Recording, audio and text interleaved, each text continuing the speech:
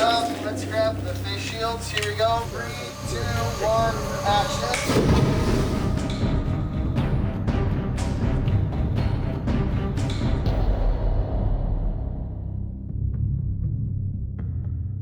Point at which COVID really hit us, we were deep into the writing room process for season 11. We had already mapped out the entire first half of the season. We kind of talked about ideas for the second half of the season. We had written a ton of material, and then everything shut down.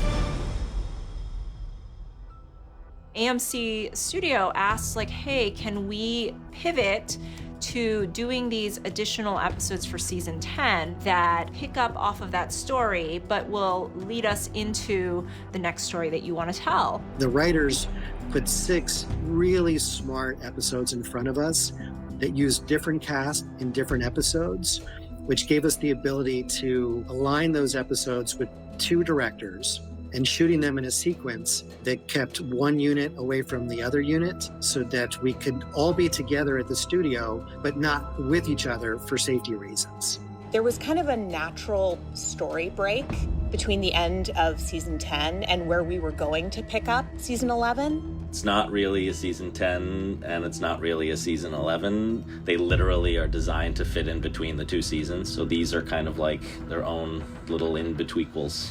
One of the stories we're really excited about in this group of 6 episodes is Here's Negan. It goes into Negan's backstory about who he was and what he was up to before the apocalypse. We have cast Hilary Burton, who is Jeffrey Dean Morgan's real-life wife, to play Lucille. The creative challenge was, how do we do something that's kind of new and fresh and gives us a different window into the soul of Negan? You do what you do. You just make the magic happen. We're so excited to have Lauren Cohen back. She brings so much joy and positivity to the set, even when she has to do some really dark stuff. We saw her in what was intended to be the season 10 finale. You know, we just got a little taste of Maggie, and now we're gonna get to find out more about what has she been doing, who's this guy in the metal mask, where's Herschel, and we're gonna answer some of those questions and get into the next big storyline that we'll have on the show.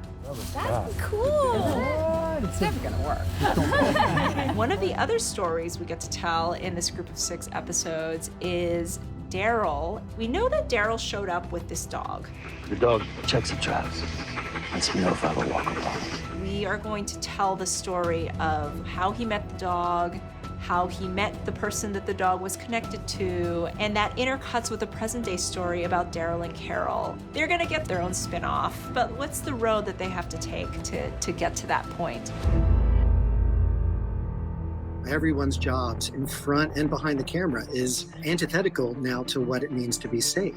We have literally had to rethink what we do and how we do it.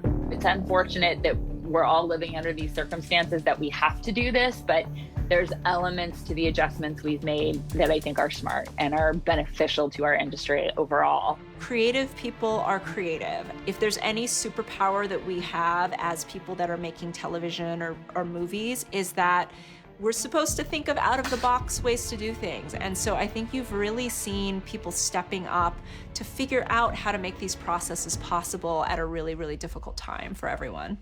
I don't think that there's one piece of content that we're gonna put out in front of the fans in these 6 episodes that's gonna remind them that there were any limitations on the show whatsoever. That's not the way we do it. We overcome any obstacles put in front of us. These scripts are almost like their own little mini movies. And these restrictions, these COVID restrictions, has pushed the storytelling to a place that is so unique and meaningful. I find these 6 episodes are phenomenally designed, and it tells histories that explain why these characters did what they did 5 seasons ago and why they're gonna do the things they're gonna do next season. Television is successful because of the characters on the show. You know, plot is great and zombies are great and, you know, things exploding, everybody loves that. But if you're watching the show 11 years in, it's because you love these characters, and this is an opportunity to get to know them even better. These 6 episodes that are going to air, hopefully this will be like a bonus for the fans. We are getting back to season 11. We're working on that writing now. We hope we've created something that is really entertaining and emotional and fun and scary. It's certainly been fun for us to work on, and so we hope that fans will be excited to kind of see all these pieces and get to like live with our characters that we love so much.